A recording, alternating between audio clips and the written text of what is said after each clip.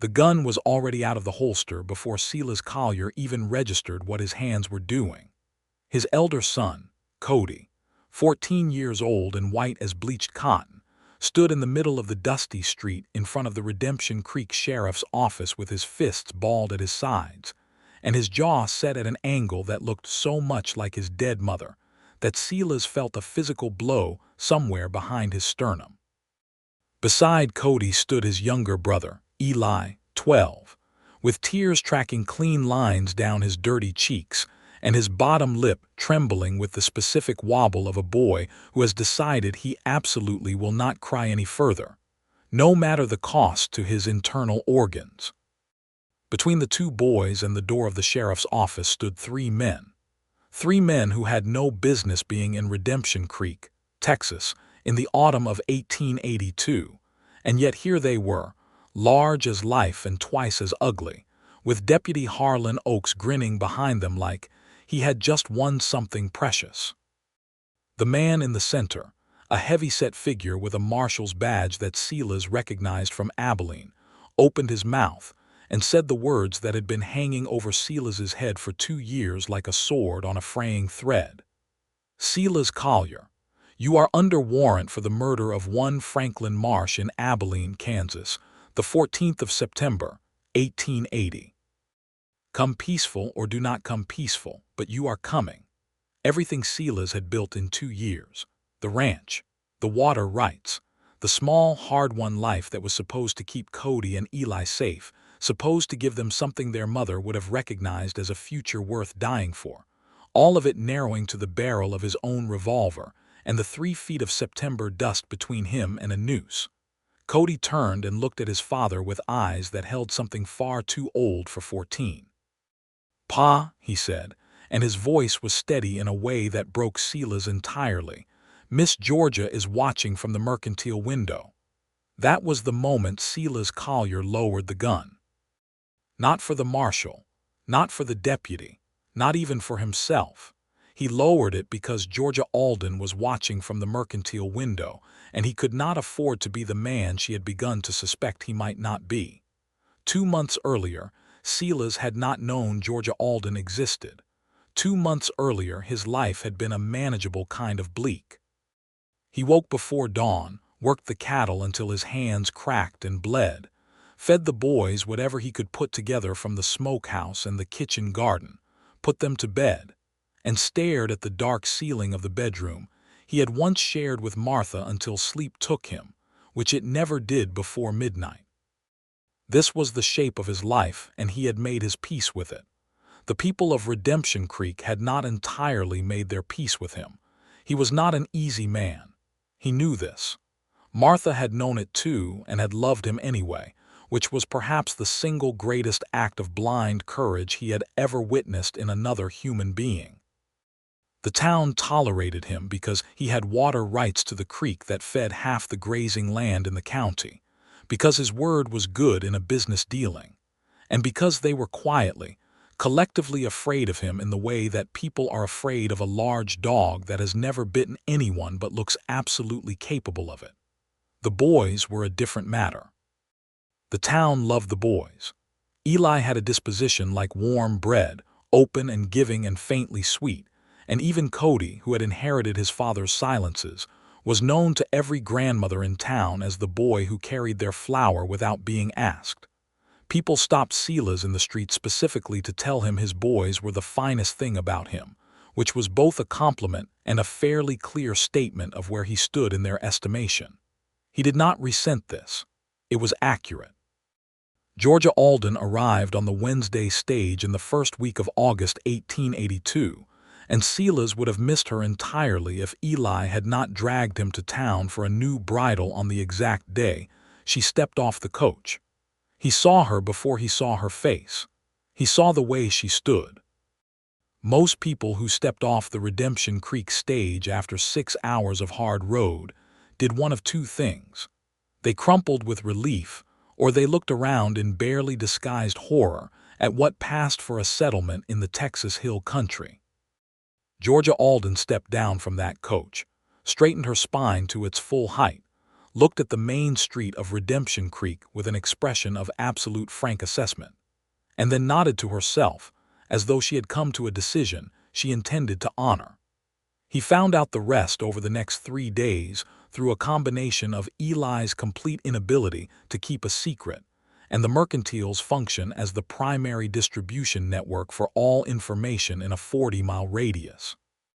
Her name was Georgia Alden. She was 27 years old.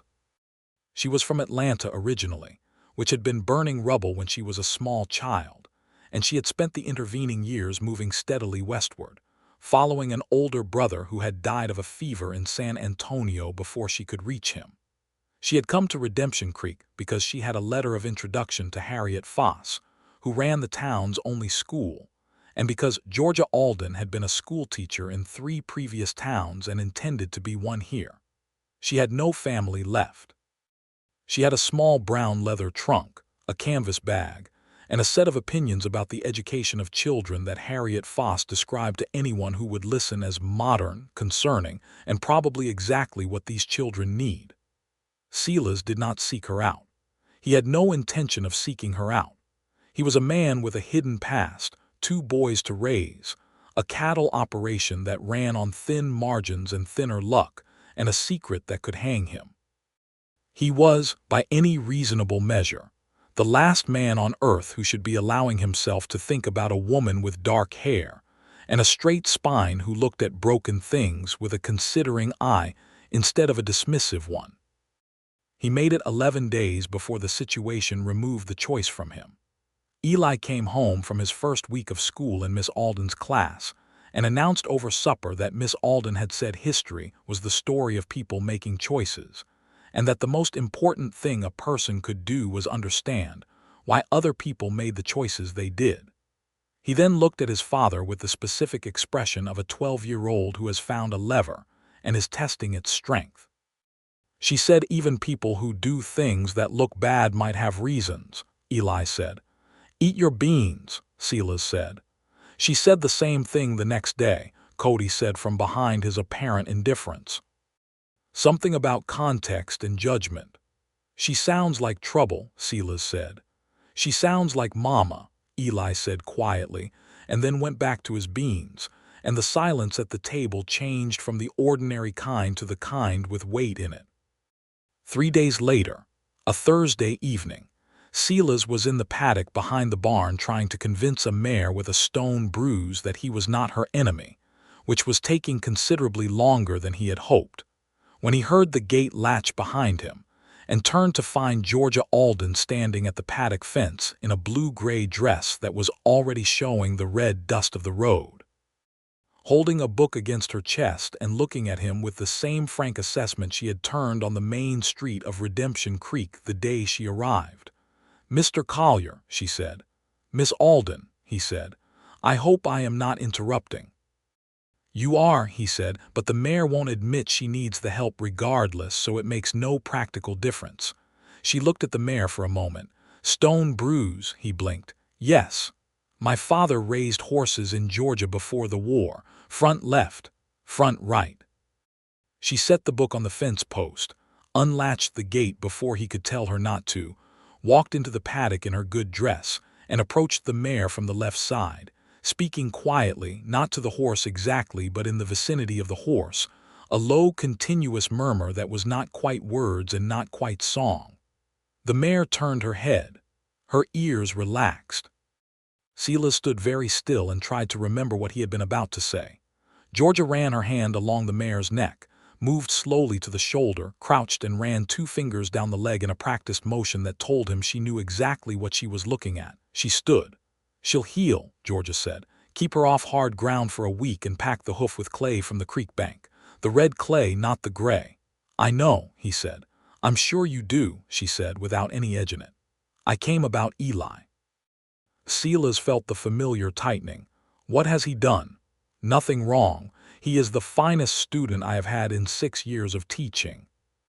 He reads 2 grades above his age, and he has a mathematical mind that I would genuinely hate to see wasted. She picked the book up from the fence post. "I brought him this. I thought you should see it before I gave it to him so you could decide if it was appropriate." She held it out. It was a surveyor's guide, technical and dense, with hand-drawn diagrams. If Eli had access to a proper education, and I mean beyond what Redemption Creek can currently provide, he could become a surveyor, an engineer, an architect. He has the mind for it. Silas looked at the book. He looked at Georgia Alden. He felt the strange, uncomfortable sensation of a door opening that he had not known was in the wall. "And Cody," he said. Something shifted in her eyes. "Cody is protecting himself," she said carefully. "He is also very intelligent, but he is angry and he is grieving, and he is doing both of those things in directions that will eventually cause him serious trouble if someone does not reach him." She paused. "He reminds me of someone." "His mother," Silas said, because everyone said that. "No," Georgia said. "He reminds me of you." The silence after that stretched long enough to be uncomfortable and then stretched further into something else, something that Silas did not have a clean name for. "Come inside," he said finally. "I'll make coffee. The boys will want to see you." This was true, and it was also a lie, because Cody absolutely did not want to see her and was sitting in the kitchen with his book open and his guard up.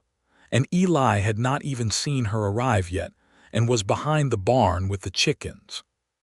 But it was also true in the sense that something in Silas wanted her to come inside, wanted to see what Georgia Alden looked like in the lamplight of the kitchen where his wife used to stand, which was a desire so uncomfortable and foreign that it nearly made him rescind the offer. She came inside. The kitchen under lamplight was, as it turned out, a terrible place to have made this decision, because it showed him exactly what the darkening evening had hidden, which was that Georgia Alden had dark circles under her eyes that suggested she had not slept properly in some time, and that her dress was very clean but had been mended in 3 places with careful, small stitches, and that the frank assurance of her posture was real but not effortless, that she held herself that way by will and habit rather than ease, and that she was possibly the loneliest person he had encountered since he had looked in a mirror on the night Martha died. He made coffee. Eli burst through the back door and stopped dead when he saw her, and then his face opened into a grin that Silas could not have manufactured on the boy's face with any tool known to man. Cody came in from the front room, drawn by Eli's noise, saw Georgia Alden at the kitchen table, and went very still. Georgia looked at Cody for a long moment, not warmly, not strategically, just honestly. "You have your father's eyes," she said. "The kind that are doing mathematics on everything they look at." Cody sat down slowly. The evening lasted 3 hours, which was an hour and a half longer than Silas had intended, and when Georgia Alden finally stood to leave, Eli was asleep against her arm and had to be transferred to his chair like a sack of warm grain.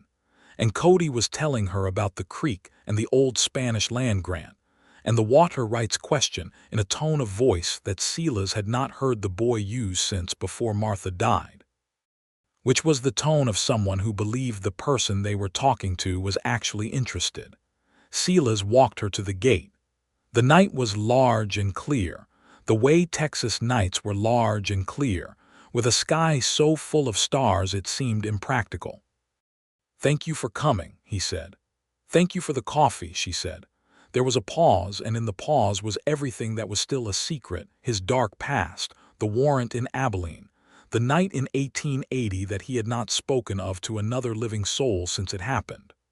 "I should tell you," he said, and then stopped, because this was the moment where he would have to decide what kind of man he was going to be with her, and he was not ready.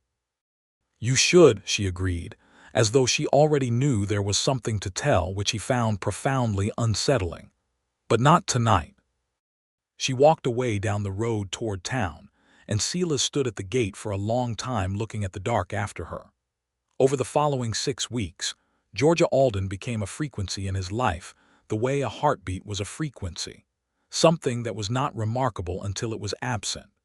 She came twice a week for Eli's advanced lessons, and Silas found increasingly elaborate reasons to be in the kitchen or the yard rather than the far fields during those visits.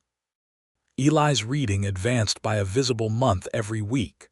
Cody began, slowly and with the caution of a burned creature approaching warmth, to participate.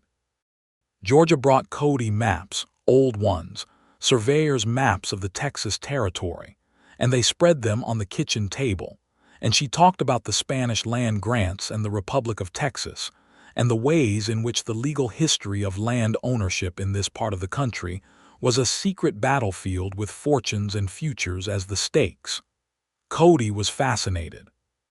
Silas was watching Georgia teach his son about the hidden motives of land law, and feeling something shift in his chest like a tectonic plate that had been locked for 2 years.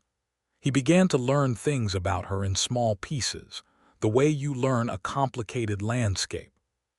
She had been engaged once, to a schoolteacher in San Antonio, and the engagement had ended when she had refused to give up her own teaching position and stay home, which she described in a single flat sentence that held the entire compressed weight of a heartbreak she had already processed and filed.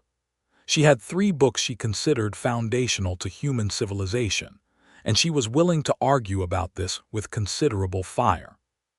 She did not like the way the cattle industry was expanding across the territory, not on moral grounds exactly, but on what she called logistical grounds, which amounted to an understanding of water and grass, and the long math of overuse that suggested Silas was looking at a professional as much as a teacher.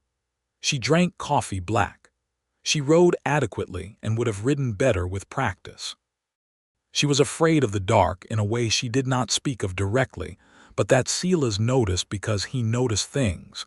The way she always angled her chair toward the lamp, the way she walked faster on cloudy nights, the way she checked that the lantern was fully fueled before she sat down. He began leaving a lantern lit on the fence post by the gate on the nights she came, so she would have light for the road home, she noticed. She did not say anything about it for 2 weeks. Then one evening as she left, she paused at the gate and looked at the lit lantern and then back at him. "That is a very kind thing," she said, and her voice had something in it that was not the usual measured quality. "The road has holes," he said. "I know the road," she said. "The lantern knows the road better," he said. She looked at him for a moment with an expression he could not entirely read, and then she said, quietly, "Silas," and it was the first time she had used his name, just his name, and the sound of it in her voice did something to the geometry of his entire ribcage. "Georgia," he said, which was not an answer to anything but seemed to be the correct response. She walked home down the road with the lantern's light stretching ahead of her, and he stood at the gate until she was out of sight, which was becoming a habit he should have been more alarmed about than he was.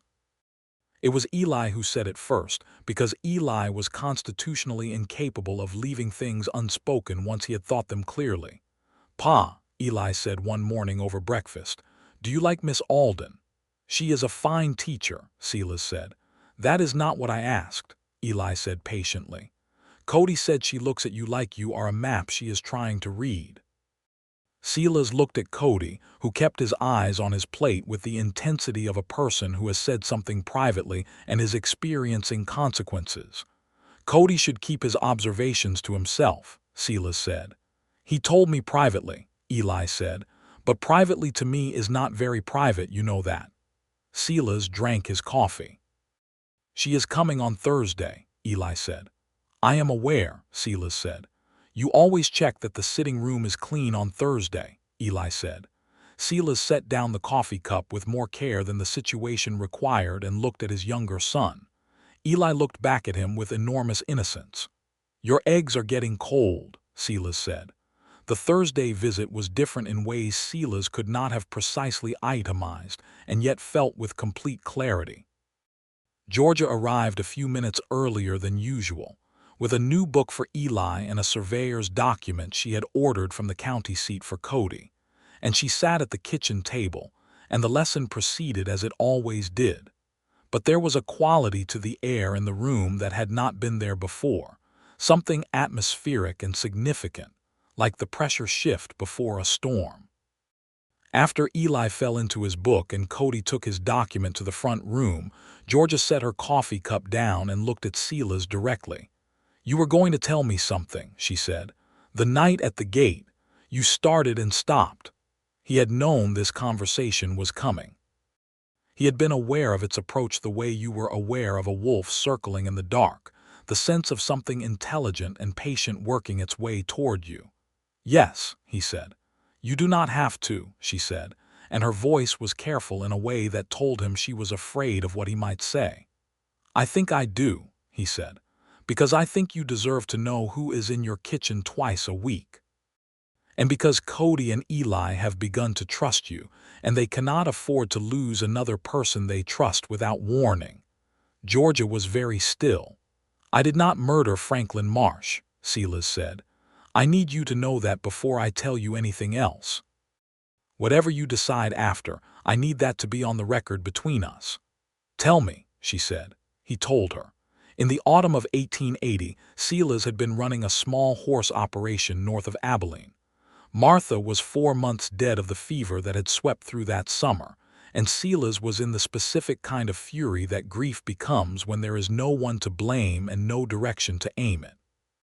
Franklin Marsh was a land speculator with money behind him and no moral framework to speak of, and he had been buying up the small operations around Abilene using forged transfer documents and paid witnesses. Silas had found out because Marsh had tried to buy his land, and when Silas refused, had gone to the trouble of producing a document that claimed Martha had signed the land over to him before her death. Martha had been too ill to hold a pen in the last month of her life. Silas had confronted Marsh in the Abilene stockyard with the document in his hand, and Marsh had pulled a knife. In the fight that followed, Marsh had gone over a fence rail and broken his neck. There were 2 witnesses. One had told the truth to the county sheriff and been run out of Abilene within a month. The other had been paid by Marsh's partners to swear a murder charge. Silas had taken his boys and run south, which was the decision of a man who had nothing left but 2 children and the knowledge that justice in Abilene, Kansas, in 1880 was a commodity bought and sold like everything else. Georgia listened to all of this without moving.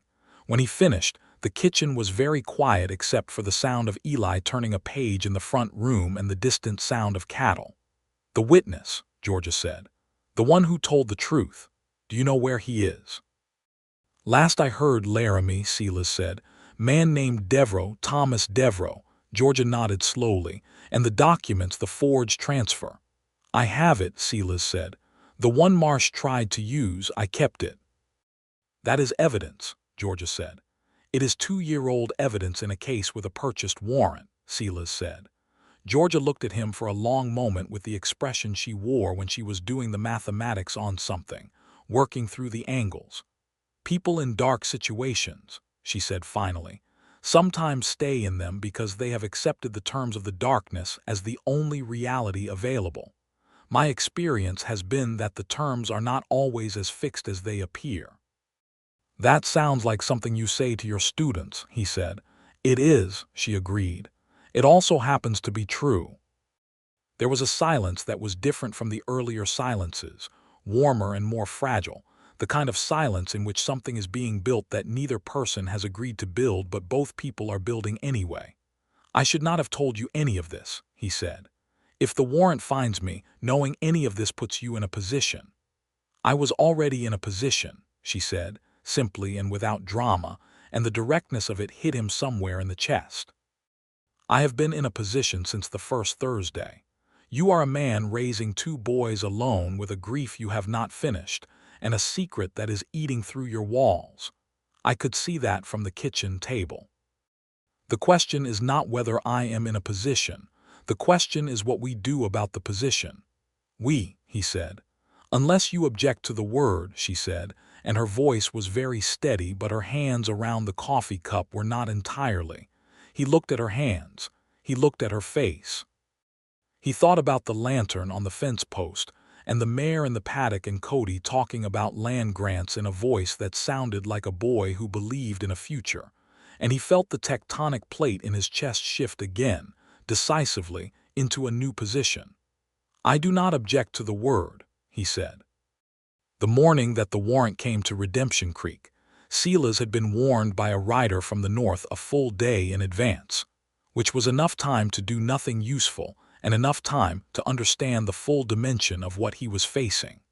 He had sat in the kitchen that night after the boys were asleep and written a letter to Georgia that he left on the kitchen table and then picked up again and put in his pocket because he could not find the right words, and the wrong words were worse than nothing. The following morning at breakfast, he had told Cody and Eli in the flat, practical tone he used when there was no useful alternative to the truth. "There is a warrant coming for me from Abilene," he said. "It is a false warrant. I need you both to understand that before anything happens today." Eli looked at his plate. Cody looked at his father with those old eyes. "What did you do?" Cody said. "I told you the story," Silas said. "I told Georgia and she said I should tell you both." "When did you tell Georgia?" Eli said with a precision of attention that suggested this piece of information was separately important to him. 3 weeks ago, Silas said. "She knew," Cody said. "She knew and she kept coming." "She kept coming," Silas said. The two boys looked at each other in the specific silent language of brothers. "What are we going to do?" Eli said. "I'm going to go to town and meet it straight," Silas said. "Running is what I did in 1880 and it has not solved a single thing. Running is what guilty men do." "You are not guilty," Cody said, and the certainty in his voice was so complete and so sudden that Silas had to look away from his son briefly to manage what was happening to his expression. "No," he said, "I am not." And this was the scene that had preceded the moment in the street, which is where we return to the September dust and the marshal's voice, and the gun lowering not for the law but for the woman in the mercantile window. Silas holstered the revolver and walked toward the marshal with his hands visible and his chin level. "My name is Silas Collier," he said, "and I have documentation that contradicts the warrant you are carrying, and a man in Laramie who will attest to the truth of the events in Abilene. Before you put irons on me, you will hear me out." The marshal, whose name was Reeves, was a man Silas could see was doing his own mathematics. He was a federal marshal, not a purchased local deputy, and there was a quality in his eyes that suggested he had taken this warrant because he had to, not because he believed in it. "Documentation," Reeves said. "In my home," Silas said, 2 miles east. "I will ride there with your man and retrieve it and ride back. You have my word." "His word is good," said a voice from the direction of the mercantile, clear and even and carrying the particular weight of a schoolteacher accustomed to being heard in the back row. Georgia Alden stood on the mercantile porch with her hands clasped in front of her and her back straight as a rifle. "His word is good," she said again, to Marshal Reeves, not to the watching crowd. "And I have a letter already drafted to the Laramie postmaster regarding Thomas Devereaux, who witnessed the events in question and will confirm Mr. Collier's account. I sent it 4 days ago." Silas turned to look at her. She met his eyes with an expression that was equal parts steady and terrified, because she was brave and not fearless, which was the more admirable combination. "4 days ago," Silas said quietly. "I did not want to tell you and raise hopes," she said, at a volume meant only for him, in case it did not work. "You sent a letter," he said. "I sent 2 letters," she said. "The second was to a lawyer in Austin who specializes in land fraud claims from the Abilene period. You are apparently not the only person Marsh's partners defrauded, and the other parties have been building a case." The silence in the street of Redemption Creek was absolute. Even the marshal's horse had stopped moving. Silas stood in the September dust with the best, most impossible woman he had ever encountered in his life, who had sent 2 letters in secret, because she did not want to raise his hopes in case they failed, and who was currently standing in front of a federal marshal with her hands clasped and her back straight, and he felt something break open in him that had been sealed since the night Martha died, not replacing it, not erasing it, but opening a new room. "Miss Alden," Marshal Reeves said after a moment, "you said you sent this letter 4 days ago. Do you have a copy of its contents?" "I keep records of all correspondence," Georgia said, and produced a folded paper from her jacket pocket with the confidence of a woman who had anticipated this exact moment, which she clearly had. Deputy Harlan Oak's grin had become something much more complicated. The next 48 hours were not simple. Nothing in the legal machinery of 1882 was simple, and the fact that Silas was not immediately arrested was not the same as the fact that he was exonerated.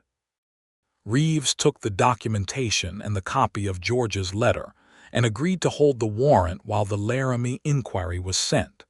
Silas was not to leave the county. He could live in his home with his sons and conduct his normal business, but he was to be available. It was, as Georgia said when they sat in the kitchen that evening with Cody and Eli and a pot of coffee and the peculiar intimacy of a shared crisis, the best possible outcome of a very bad situation. For now, Cody said, who had not lost the habit of pessimism. For now, Georgia agreed. But the trajectory has changed. That matters. Eli looked between his father and Georgia with the transparent calculation of a 12-year-old and said, "Are you and my pa going to get married?" The silence was magnificent. Cody put his face in his hands. Georgia looked at the table and then looked up at Silas with an expression that was several things at once: amusement, vulnerability, and something that was brave in a very specific way. Silas looked at Georgia for a long moment. "Eli," he said, "go to bed." "That is not an answer," Eli said. "It is the only answer you are getting tonight," Silas said. "Bed." Eli went to bed slowly and with considerable theatrical protest. Cody followed without being asked, pausing in the doorway to look at his father and then at Georgia, and then at his father again, with an expression that was 14 years old and approximately 45. The kitchen was quiet. Georgia was looking at the grain of the table. Silas was looking at Georgia. "That was a direct question," he said. "He is a very direct child," she said. "He gets that from his mother," Silas said. She also asked direct questions. "Was she a good woman?" Georgia said, and there was something in the asking that was careful but not fearful, a genuine inquiry with no hidden damage in it. "She was the best woman I knew," Silas said, "until you came to town on the Wednesday stage and walked into the mercantile and looked at Redemption Creek like you were deciding whether it was worth your trouble." Georgia looked up at him. "I did decide that," she said. "I know," he said. "What was the verdict?" "That it contained things worth staying for," she said. "One or two things." He reached across the table and put his hand over hers, which was still curved around the coffee cup, and she turned her hand over and linked her fingers through his with the naturalness of someone completing a sentence. And they sat that way in the lamplight for a while, in the kitchen in Redemption Creek, Texas, in September of 1882, with the night large and clear outside and two boys pretending to sleep on the other side of a thin wall. "Eli's question," Silas said finally. "Was premature," Georgia said. "Was it?" he said. She looked at their joined hands for a moment. "No," she said. "It was not premature. It was impatient. Those are different things." "Georgia," he said. "Silas," she said.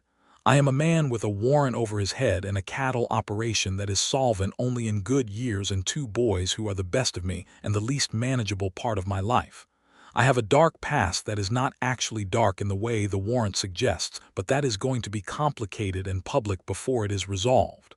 I am not an easy person in any sense of the word." "I am aware of all of this," she said.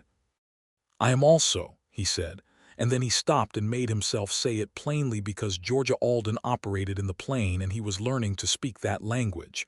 "I am also entirely and completely in love with you, and I have been for a while, and I do not know precisely when it happened, and I did not intend it, but it has happened, and I am not interested in pretending otherwise." Her eyes were bright. Not teary exactly. Bright. "That is the least romantic declaration I have ever heard," she said. "I do not have Martha's gift for language," he said. "No," she said. "You have your own." She squeezed his hand. "I love you too, Silas Collier. I love you in the way that is impractical and inconvenient and absolutely not what I came to Redemption Creek intending. I love you and I love your impossible boys, and if you would like to ask me a question at some point in the near future, I would receive it very kindly." "At some point in the near future," he said. "Not tonight," she said. "Tonight there is still a warrant." "There will not be a warrant for much longer," he said. "No," she agreed. "There will not."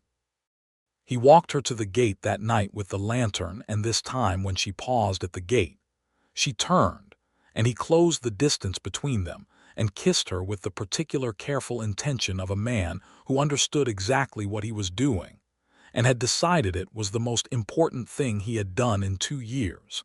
And she kissed him back with the straightforward conviction of a woman who had never in her life done things halfway. When they separated, the night was enormous around them and the stars were impractical in their profusion, and somewhere behind the house, a coyote was making an announcement about something. "Good night," Georgia said. "Good night," he said. She took the lantern and walked home down the road, and Silas stood at the gate for a very long time. The response from Laramie came in 21 days. Thomas Devereux was alive. Thomas Devereux had, in the years since Abilene, apparently been living with the specific particular misery of a man who told the truth and was punished for it, which had not endeared the concept of staying quiet to him. He had written a full affidavit to the county sheriff in Laramie within 48 hours of Georgia's letter arriving, and the affidavit was 18 pages long, which suggested a man who had been wanting to say something for a very long time. The Austin lawyer, a man named Prescott, had been working his Abilene case for a year and a half, and when Georgia's letter arrived in his office, he had apparently used a word that his secretary described to Georgia in a follow-up letter as extremely enthusiastic, and had written immediately to Marshal Reeves with the information that the marsh land fraud operation had defrauded no fewer than 11 property owners, that the false warrant against Silas Collier was one element of a broader pattern of legal manipulation, and that the partners responsible were currently the subject of a federal investigation. The warrant against Silas Collier was formally suspended pending the outcome of the federal case, which meant that, for all practical purposes in the county of Redemption Creek, Texas, Silas Collier was a free man with a documented case for his own defense already largely built. Marshal Reeves rode out to the ranch on an October Tuesday to inform Silas personally, which Silas later said was the mark of a decent man, and Reeves shook Silas's hand and said, somewhat stiffly, that Miss Alden was an unusual woman. "She is," Silas agreed. "The 2 letters," Reeves said, 4 days before I even arrived." "She is a planner," Silas said. "She knew exactly what she was doing," Reeves said. "She generally does," Silas said. Reeves looked at him for a moment. "Good luck to you, Collier," he said, and he rode away, and Silas stood in the yard of his ranch in the October sun and felt, for the first time in 2 years, that his feet were on solid ground. He told the boys at breakfast the next morning. Eli knocked over his milk cup and did not care. Cody sat very still for a moment and then said, quietly, "Good," in a voice that contained an entire compressed year's worth of anxiety releasing all at once, and Silas reached over and put a hand on the back of his son's neck briefly, which was not a thing he did often, and Cody did not pull away. He went to town on Wednesday to tell Georgia. She was in the schoolroom with the afternoon class when he arrived, visible through the window, standing at the chalkboard with her dark hair pinned up and a piece of chalk in her hand, drawing something geographical that had the children leaning forward. He stood outside the window for a moment just watching because he could, because she was there and alive, and had sent 2 letters and had not told him, and had stood in the street before a federal marshal with her hands clasped and her back straight. When the school day ended and the children filed out, he walked in. She turned from the chalkboard with chalk dust on her hands and her dress and saw him, and her expression asked the question before she did. "It is done," he said. "The warrant is suspended. Devereux's affidavit is in. Prescott has the Marsh partners under federal investigation. I am not going to hang." Georgia Alden did something he had not seen her do. She sat down in one of the children's chairs, which was considerably too small for her, and put her chalky hands over her face and sat there for a moment shaking, not crying exactly, but something close, something that was 2 months of managed fear discharging all at once. Silas crossed the room and crouched in front of her. "Georgia," he said. She took her hands away from her face. Her eyes were bright and her cheeks were flushed, and she had chalk dust on her forehead where her hand had pressed. "I was very afraid," she said simply and without apology. "I know," he said. "I did not want you to see me be afraid," she said. "I know that too," he said, "but I have seen it now." She looked at him. "And," she said, "and it is the bravest thing I have ever seen," he said. "A person being afraid and doing everything they can anyway, that is what brave is." She took a breath that was slightly unsteady. "I have chalk on my face," she said. "I do not mind," he said. He reached up and brushed the chalk dust from her forehead with his thumb, which was a small gesture and a large one simultaneously, and Georgia caught his hand and held it against her cheek for a moment with the specific gesture of someone claiming something they have decided to stop pretending they do not want. "Silas," she said, "I have a question I have been meaning to ask," he said. "I told you I would receive it kindly," she said. "Will you marry me?" he said. "Not because the warrant is cleared, not because the boys need someone, not for any practical reason at all, but because I love you and I cannot imagine waking up in a future that does not have you in it." Georgia looked at him in the afternoon light of the schoolroom, with the chalkboard behind her and the children's drawings pinned to the walls and the smell of chalk and wood and autumn coming through the open door. "Yes," she said. "Obviously, yes." He kissed her in the schoolroom, properly and without apology, and she kissed him back with her chalky hands in his hair. And outside the window 2 of the older children who had not actually left yet saw this, and ran to report it to the rest of the town, so that by the time Silas and Georgia emerged, blinking, into the October afternoon, there was a small and somewhat unsubtle cluster of observers at the end of the street who immediately became very busy with other things. Harriet Foss, who had seen nothing because she had not been looking, told Silas afterward that it was the most widely anticipated engagement in the county in 10 years, and that everyone had been waiting for him to do something about it for the better part of 2 months, and that if he had waited any longer she personally would have said something. "You could have expedited it," Silas said. "It does not work if it is expedited," Harriet said firmly. "It has to arrive naturally." "It arrived," Silas said. "So I see," Harriet said, and smiled at him with a warmth she rarely displayed in public, and he understood that she had been George's friend here in this town since August and had been worrying for her, which was the kind of loyalty he respected more than almost anything. He told the boys when he got home. Eli whooped. There was no other word for what Eli did. He stood up from the kitchen table and performed a sound and a physical motion that was approximately half triumph and half pure release of something he had been holding very carefully for a long time. Cody looked at his father. "When?" he said. "We have not decided," Silas said. "Before winter," Cody said. "Probably," Silas said. Cody nodded once with the satisfied efficiency of a person who has successfully navigated a complicated situation to its correct resolution. "She is good," Cody said, meaning more than the word usually carried. "She is," Silas said. "Mama would have liked her," Eli said from behind his grin. "Yes," Silas said after a moment, "she would have." They set the date for November 3rd Sunday, which was the first available Sunday at the Redemption Creek Methodist Church, a small and somewhat tilted building that nonetheless had a preacher, Reverend Aldous Cross, who was by general consensus the best human being in town regardless of profession or otherwise, and who cried at every wedding he performed, which was not considered a mark against him.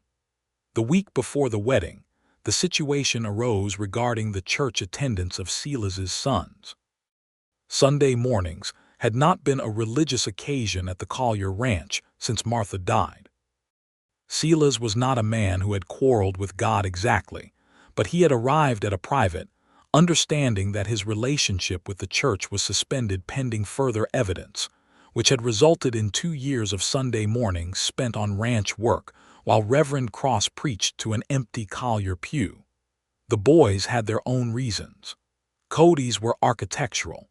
the same compressed grief and anger that lived in all of his silences.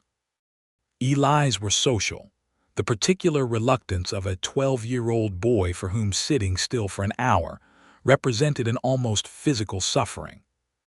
The Sunday before the wedding, Georgia was dressing at Harriet's house, where she had been staying since August, and she came downstairs in her good gray dress with her hair done and her posture set to its full height, and she told Harriet she was going to church.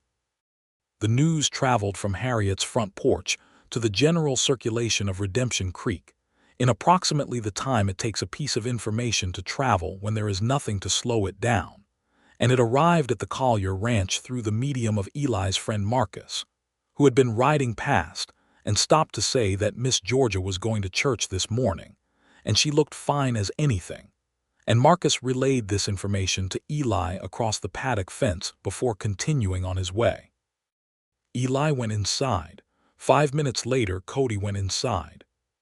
Silas, working at the fence, heard the sound of drawers and water and movement inside the house, which was not the sound of Sunday morning ranch work, and went to investigate. Both boys were dressed. Not just dressed. Cody had located his only good shirt, which had been at the back of his dresser since the previous Christmas, and had it buttoned correctly to the top with his hair damped and combed. Eli had on his church pants from the previous year, which were slightly short but still serviceable, and his face was clean in the specific way of a face that has been recently and thoroughly washed, including behind the ears. Silas stood in the doorway of the bedroom and looked at his two sons, who had not wanted to go to church in 2 years and who were currently standing in their good clothes looking at him with the expressions of people who have made a decision and intend to honor it. "She is going," Cody said, simply and finally. "She is going to church," Eli confirmed, with an emphasis on the information's relevance. Silas stood in the doorway.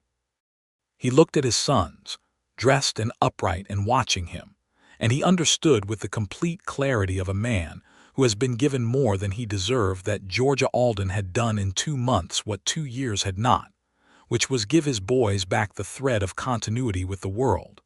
The small, ordinary rituals that said the world was worth showing up for, that Sunday mornings were worth getting dressed for, that there were people and places and occasions that warranted the effort of combing your hair and buttoning your shirt and walking out the door into the life you had been given. "Give me 10 minutes, he said. He went to his room and put on his own good shirt, which was dark blue and had been at the back of his own wardrobe since Martha died, and his clean trousers, and he ran a brush through his hair and looked at himself in the small mirror above the washstand for the first time in a while. He did not look as bad as he had expected.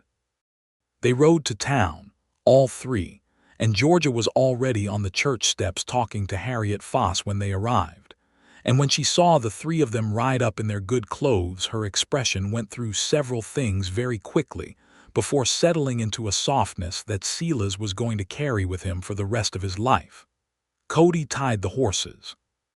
Eli jumped down and went to Georgia with the directness of a child who has given up pretending he does not feel things. "You are going to church," Eli said. "I am," Georgia said. "We thought we would come," Eli said with enormous dignity. "I am very glad," Georgia said. Silas walked up the steps and stood beside her, and she took his arm the way she would next Sunday when this was official and permanent, with the ease of a thing that had already decided what it was. "Good morning," he said. "Good morning," she said. "You are wearing the blue dress," he said, "the same one as the paddock." "It is still my best one," she said. "We will have to remedy that," he said quietly.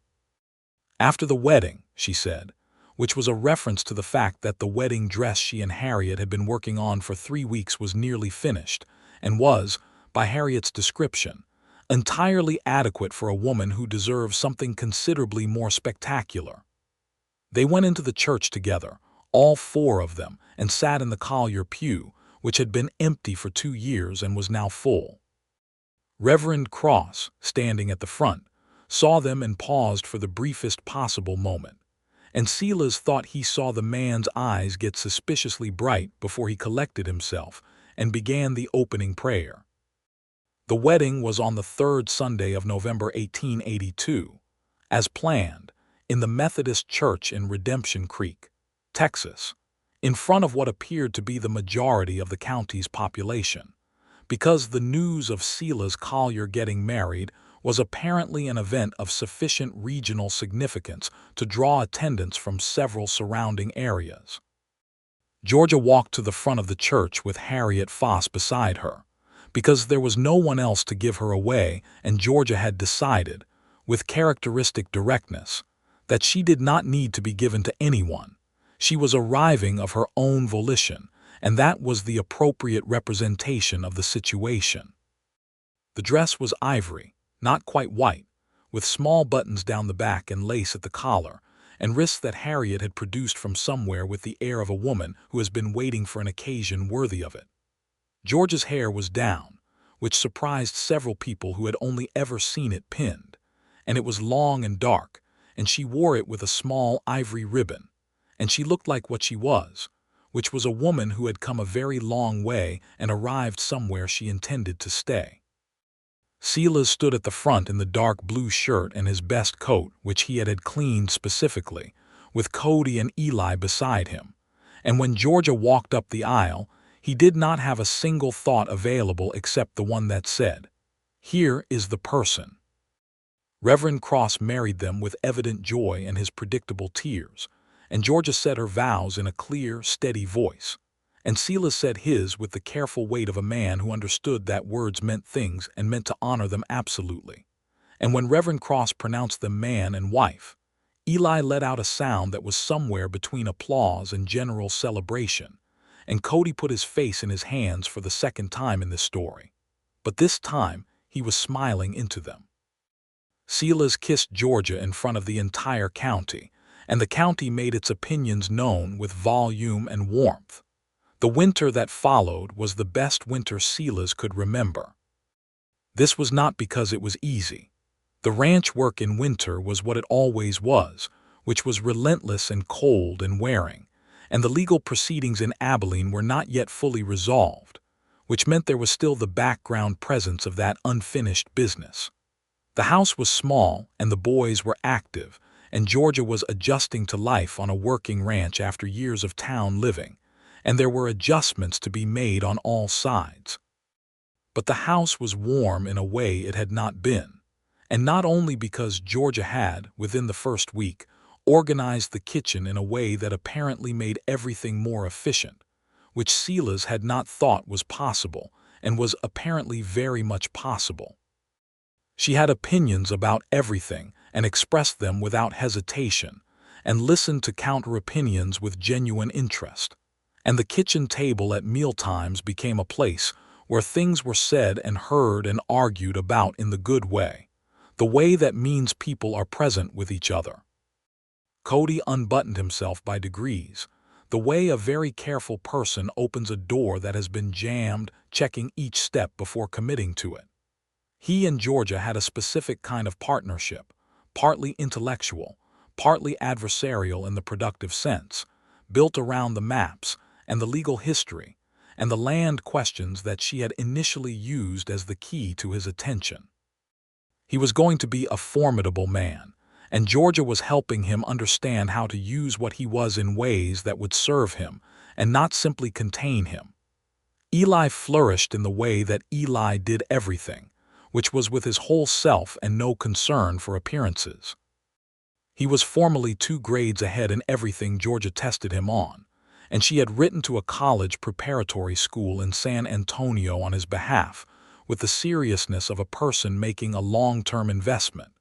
And she had told Silas privately that Eli had a future that the ranch could not fully hold, and that they needed to plan for it. And Silas had sat with that for a week, and then said that she was right and they would. Georgia taught at the Redemption Creek School through the spring, and Harriet Foss told everyone who would listen that she had been a schoolteacher for 20 years and had never had a colleague she trusted more, and that Redemption Creek did not deserve Georgia Alden but had apparently gotten very lucky. In February, Prescott's federal case against the Marsh partners concluded. The partners, 3 men from Abilene with connections to the Kansas railroad money that had been buying up land across the territory, were convicted on multiple counts of land fraud and the production of false legal documents. The warrant against Silas Collier was formally and permanently dismissed, with a letter of notification from the federal court that Georgia framed and put on the kitchen wall, which Cody said was excessive, and Eli said was exactly right. Deputy Harlan Oakes left Redemption Creek in March, quietly and without explanation, which everyone understood to be the specific kind of departure that occurs when a person's local leverage is removed, and the town's patience is no longer sufficient to sustain them. Silas did not watch him go. He was mending fence on the north pasture when it happened, and Eli told him at supper, and he said, "Is that so?" and passed the bread. Spring on the ranch was the season that Silas had always loved best, the return of the grass and the light and the possibility of things, and that spring was different because Georgia was in it. He found himself noticing things he had stopped noticing, the particular green of the hill country in April, the way the creek ran high and fast after the winter rains, the sound the cattle made at first light when the air was still cool, all of these things that had been backdrop, and that were now the texture of a life he was actively glad to be living. Georgia had a habit in the evenings, when the supper things were done and the boys were occupied, of sitting on the porch steps with a book. She read the way she did everything with full attention, and Silas would sit on the bench beside her and sometimes read his own paper or sometimes just sit, and the evening would go around them, and this was better than anything he could have constructed as a deliberate happiness. It was the ordinary kind, which was the only reliable kind. In April, Georgia set down her book one evening and said, without preamble, that she thought she might be expecting, and Silas looked at her for a long moment with the specific feeling of a man standing on ground that is shifting toward something enormous. "Are you certain?" he said. "Not fully," she said, "but probably."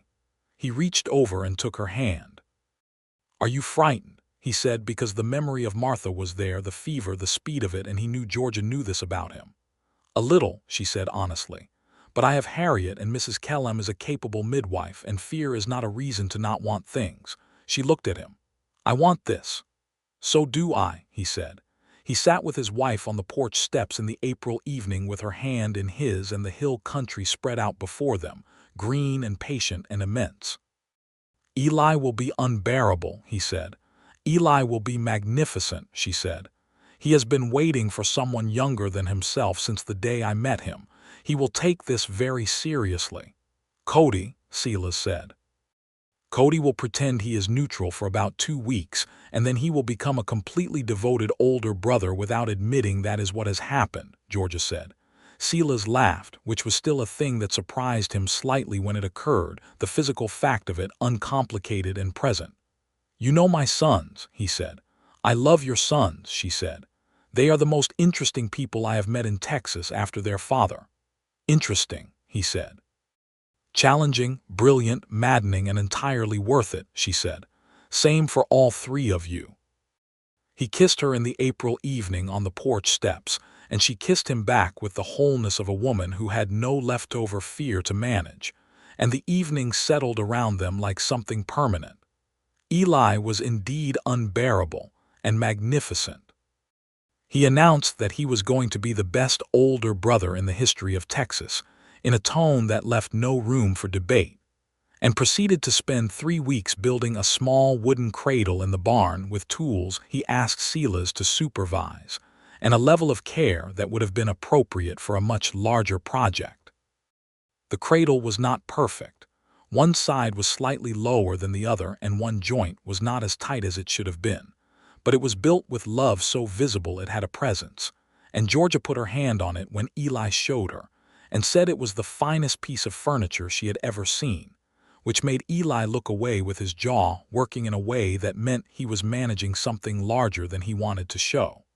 Cody did exactly what Georgia had predicted. He said almost nothing for 2 weeks, and then one evening asked Georgia a series of careful, specific questions about the logistics of the arrangement, the school schedule and the ranch schedule, and how it was going to work, in a tone of voice that was purely practical, and that contained within its practicality an entire river of care. Georgia answered each question with equal seriousness. After the last answer, Cody nodded and went back to his maps. That night he asked Silas, very quietly, if Georgia was going to be all right, and Silas said yes, and Cody said good, and that was all. The summer of 1883 was hot and dry in the way of Texas summers, with the heat coming down out of a sky so blue it was almost white, and the creek dropping low by August. And Silas spent a month of evenings recalculating the water allocation on the ranch to make sure the cattle came through in decent condition. Georgia, large with their child and managing the heat with the same practical application she brought to everything, continued to teach until the first week of September and quit only when Harriet Foss threatened consequences. In the third week of September 1883, in the bedroom of the Collier Ranch house, with Harriet Foss and Mrs. Kellem in attendance and Silas pacing the front room while Cody sat at the kitchen table doing not a single thing with the appearance of a person doing something, and Eli sat on the porch steps talking to no one in particular about being brave, Georgia Alden Collier had a son. The baby was born healthy and loud, with Silas's dark coloring and Georgia's eyes, and he came into the world with an opinion about it that he expressed at volume, which Harriet said was a very good sign.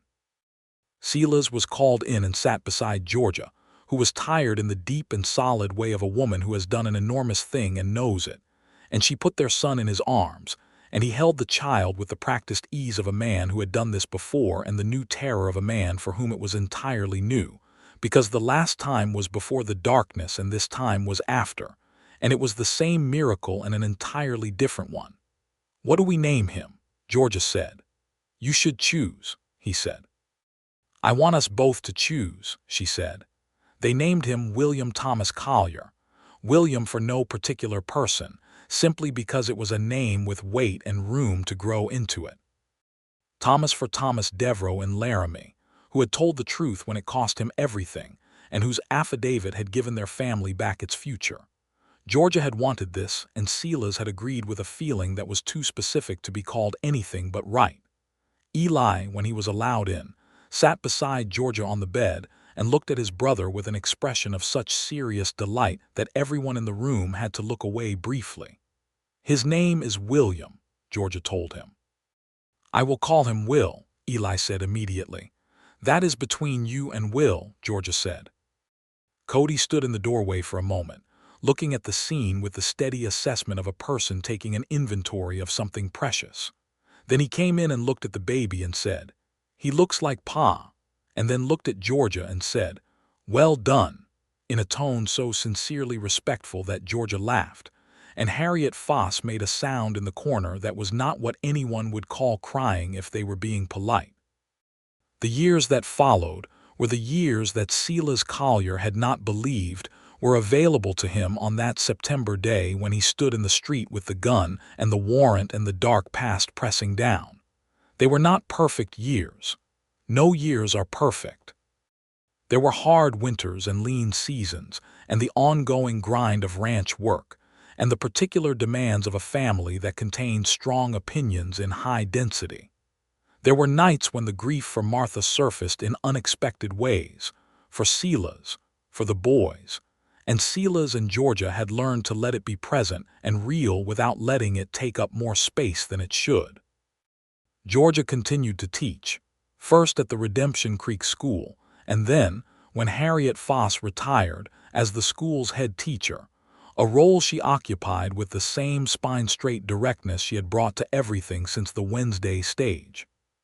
She had a reputation across the county for producing students who could think, which was apparently rarer than it should have been, and parents brought their children to Redemption Creek from 3 other settlements specifically because of her. The legal resolution in Abilene resulted, eventually, in a restitution payment to Silas for the land that had been fraudulently targeted, which was not a large amount of money but was a real one, and Georgia suggested it be put toward Eli's education, which it was. Eli left for the San Antonio school at 16, which was the age the school accepted students, and he departed on a Tuesday morning with a bag Silas had packed, and a list of instructions Georgia had written, and the cradle he had built at 11 years old, which he left in the nursery for Will with a note that said, "For when it is needed," which was so exactly Eli that Georgia kept the note in the box where she kept important things. Eli came home for Christmas every year and brought books and ideas, and eventually, a young woman named Clara from San Antonio, who he introduced to the family with such a combination of terror and pride that Silas recognized it completely and shook the young woman's hand with particular warmth. Cody became, as Georgia had known he would, a formidable man. He had Silas's size and Georgia's precision and his dead mother's spirit, and he used all three of them in the direction of the land law that had fascinated him since Georgia first spread maps on the kitchen table. He read law with a lawyer in Austin and came back to Redemption Creek at 21 with a certificate and a practice and a particular interest in protecting small ranchers from the kind of land fraud that had nearly destroyed his father, which was the kind of specific anger that becomes the best possible use of itself. At 23, Cody married a woman named Adelaide Price from the next county, who was his intellectual match and his emotional opposite, and who therefore balanced him in the specific way that good marriages balance their participants. The wedding was in the same tilted Methodist church, performed by Reverend Cross, who cried exactly as much as he had at Silas and George's wedding, and who said afterward that some families simply had a gift for occasions. Will grew up on the ranch and in George's classroom, and in the company of parents who were, in the way of people who came to love each other late and deliberately, transparently in love with each other in ways that teenagers found embarrassing and that Will, at the particular age of 15, described to his friends as a lot, and at the age of 20 described as the best education he had received in anything. 2 years after Will, there was a daughter. They named her Martha, after a woman with a spirit that deserved to be carried forward, and Georgia had been the one to suggest it, and Silas had sat for a long moment, and then said yes, with a fullness of feeling that did not require more words. Martha Collier grew up with her father's dark eyes and her mother's direct speech, and an absolute incapacity for being told things that did not make sense to her, which Georgia said was possibly her most valuable trait. The ranch did well. Not spectacularly, not the kind of well that produced excess, but the solid kind that produced stability and a future, which was what Silas had always wanted for his boys and now had for all his children. He hired good hands and paid them fairly and managed the water with the care of a man who understood the long math of resources, which Georgia said was the most romantic thing about him, the fact that he thought in decades. On a Sunday morning in the spring of 1892, almost exactly 10 years after Georgia had first arrived on the Wednesday stage, Silas Collier stood at the fence post by the gate of the ranch in the early light and watched Georgia walk out of the house toward him.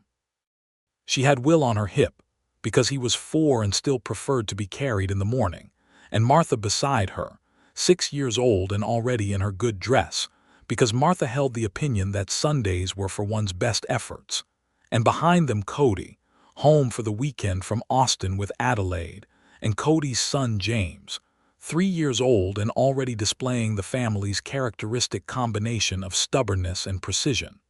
They were going to church. All of them together, as they had done every Sunday since the November wedding, with the regularity of a chosen thing, a family that had come together from grief and secrets and difficult history, and had made itself into something true. Georgia stopped beside him at the fence and Will reached for Silas, who took him with the ease of a man to whom this was as natural as breathing, and Will immediately became interested in Silas's shirt buttons with the concentration of a person engaged in important work. "You are staring at something," Georgia said. "You," he said. "I am not particularly remarkable on a Sunday morning," she said. "You are remarkably wrong about that," he said. She took his free arm and they walked to the horses, and Cody took James from Adelaide to saddle up, and Martha walked between them with the dignity of a person who has decided what they are. And Eli, home from San Antonio for the month with Clara, came out of the house with 2 cups of coffee and said they were going to be late. And Silas said they had never once been late. And Eli said there was always a first time.